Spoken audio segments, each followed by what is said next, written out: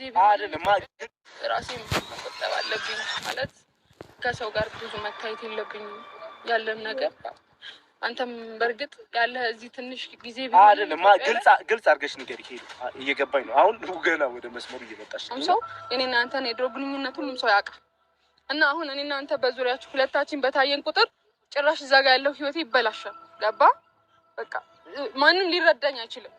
እና ለዚህም በቃ እኔና አንተ ከዚህ በኋላ መገናኘት የለብንም። በቃ እንድናወራ እፈልጋለሁ። ዝም በይሉ በእናትሽ፣ ሌላ ነገር አታውሪ።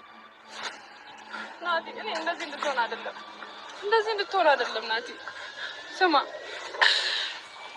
እንደዚህ እንድትሆን አይደለም። በእናትህ በቃ አንተ እንድትረዳኝ እፈልጋለሁ። ማምጣቴ ከአንቺ ጋር መሆኔ አንቺን ለማስደሰት መጣሬ ለአንቺ ትርጉም የለውም። አንቺ የሚታይሽ እዛ ጋር አንድ የሚያስለቅስሽ ተክቼ ልርሳህ አንተ ሰው፣ ኧረ እኔስ ፍጹም አልቻልኩም። በሚመጣው ህይወት እርግጠኛ ነሽ? አንቺ ምንም አትሆኝም። እርግጠኛ ነሽ? ለራስሽ ደስተኛ ነሽ? አላውቅም። ምንም አውቀው ነገር የለም። አንቺ አስበሽ እንትን በያ።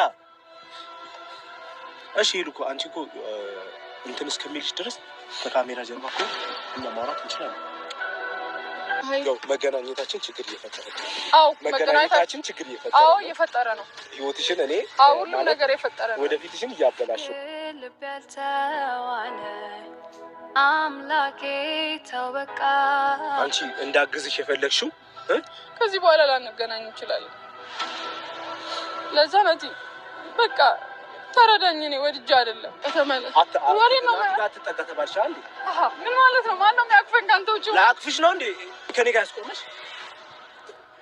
በላይ ምን ተክቼ ልርሳህ አንተ ሰው፣ ኧረ እኔስ ፍጹም አልቻልኩም። አያገባሽ ሲጀመርሽ ናቲ ከኔ አይደለም እኮ ናቲ። እኔም እኮ እንደሌላው ሄዶ የለ ቆዳዬን ወጥሬ መኮፈስ አቅቶኛል።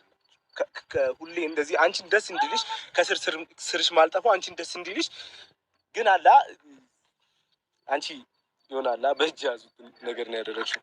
እሺ አይደለም ናቲ ምንም እኮ ናቲ እሺ ምን ተስፋለሽ በለኝ ወይ ምንድን ነው የምትለኝ? አልገባኝም። ምን እያልክ ነው?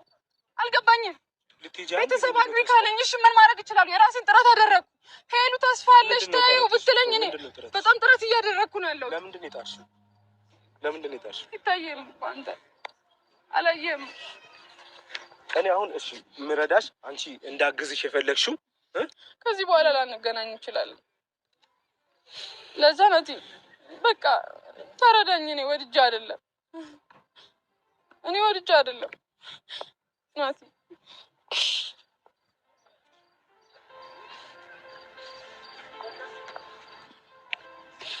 ናቲ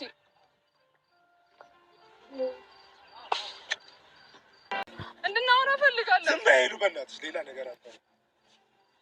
ናቲ እኔ እንደዚህ እንድትሆን አይደለም ናቲ ስማ፣ እንደዚህ እንድትሆን አይደለም። በእናትህ በቃ አንተ እንድትረዳኝ እፈልጋለሁ። ማምጣቴ ከአንቺ ጋር መሆኔ አንቺን ለማስደሰት መጣሬ ለአንቺ ትርጉም የለውም። አንቺ የሚታይሽ እዛ ጋር ምን ማለት ነው? ማን ነው የሚያቅፈኝ ከአንተ ውጪ? ላቅፍሽ ነው እንዴ ከኔ ጋር ያስቆመሽ?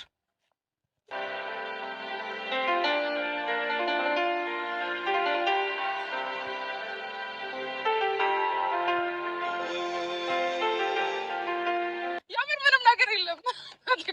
እንዳልወድቅ ጌታን ናቲ ቁም። ምንም ነገር የለም። የሆድሽን እያወራሽ ምንም ነገር የለም።